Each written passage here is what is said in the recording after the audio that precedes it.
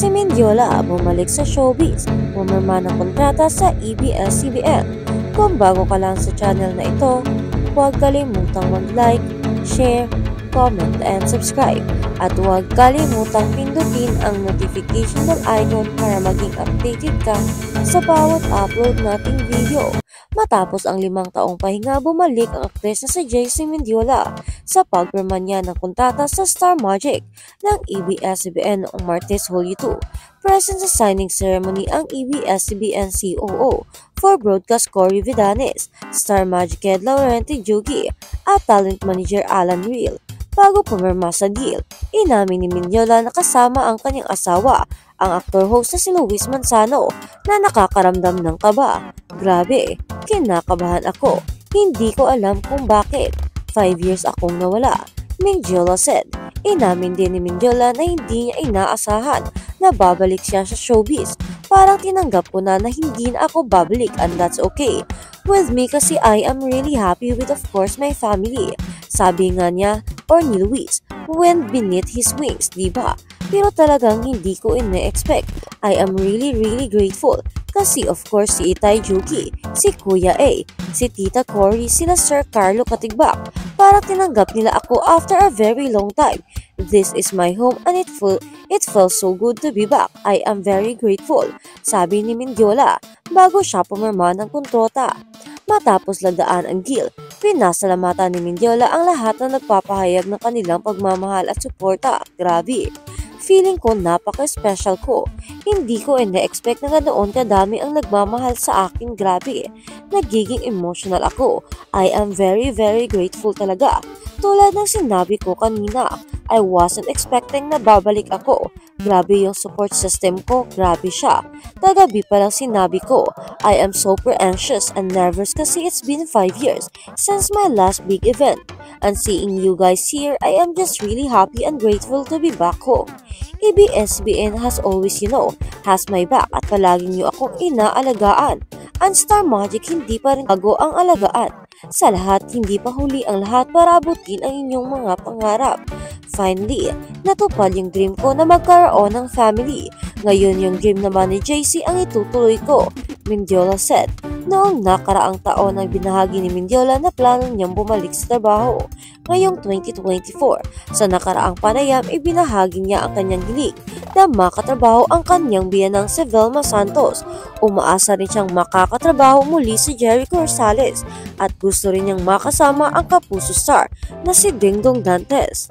At sa kabilang banda naman, Chinilyn hindi lalayasan ng GMA. Manager nagpaliwanag sa station ID.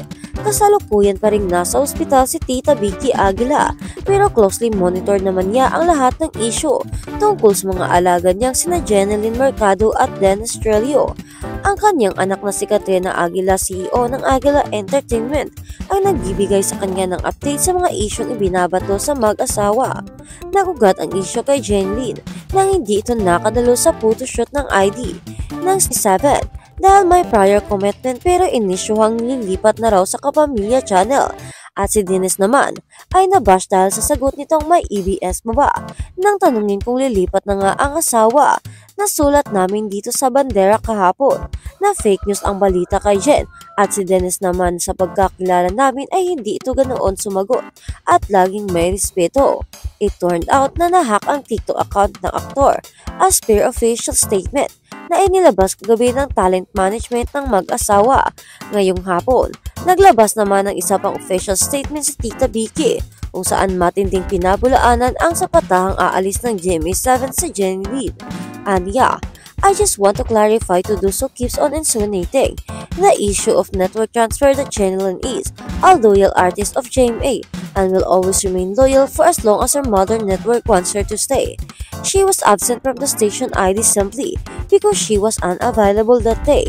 Rest assured, GMA extended an invitation to her, which we very much appreciate, paliwanag niya. Ipinatanggol din nito si Dennis na hindi nga ang aktor ang sumagot sa tanong ng netizens kung may ABS pa ba. At sa mga nakakilala sa aktor ay alam nilang hindi ito ganito sumagot. Pagpapatuloy pa ni Tita Vicky. As for Dennis, alleged commitments on TikTok, it was not him. This is a very humble and respectful, known to be a man of few words.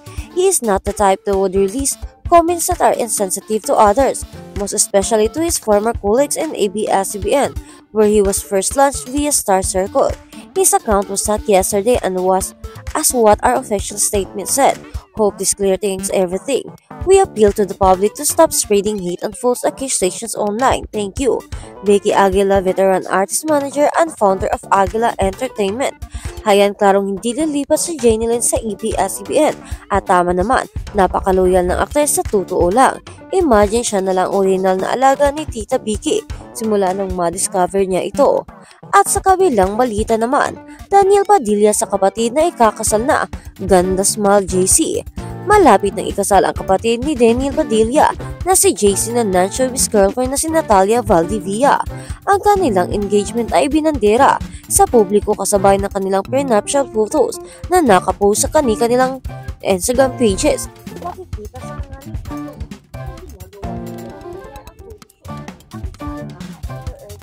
at ang isa naman ay ilan para sa isang rancho. Something inside the cards I know is right. Caption ni JC mula sa lyrics ng I Could Die For You ng international rock band na Red Hot Chili Peppers. Kapareho ng post ni JC, makikita rin ito sa IG story ni Natalia at chinika na 10 years in the making ang kanilang engagement. Bukod ba riyan, ay may IG post din siya mismo na ang caption ay, "Don't mind if I do." Kalakip ang diamond ring emoji sa comment section. Agaw pansin ang naging reaksyon ni Daniel sa couple, lalo na sa kanyang kapatid. Unang naglagay ang aktor na smiling face with tear emoji at sumunod ay ang komentong "Wow, shit," black heart emojis. At ang huli ay tila panunokso niya kay JC na ang sabi, ganda smile JC ah." Hindi rin syempre nagpahuli ang kanilang ina na si Carla Estrada na ibinandira rin ang magandang balita sa kanyang IG. Ibinunyag ng TV host actress ang gaganapin ngayong Hulyo, ang kasal ng couple. Congratulations Carlito and Natalia, July 2024, wika sa caption. Para sa mga hindi aware, si JC ay anak ni Carla sa bukalista ng Orient Pearl na si Naldi Padilla, ang pinsan ng ama ni Daniel na si Romil. Sa lyrics ng I Could Die For You ng international rock band na Red Hot Chili Peppers. Kapareho ng post ni JC, makikita rin ito sa IG story ni Natalia at chinika na 10 years in the making ang kanilang engagement. Bukod ba riyan, ay may IG post din siya mismo na ang caption ay, "Don't mind if I do." Kalakip ang diamond ring emoji sa comment section. Agaw pansin ang naging reaksyon ni Daniel sa couple, lalo na sa kanyang kapatid. Unang naglagay ang aktor na smiling face with tear emoji at sumunod ay ang komentong "Wow,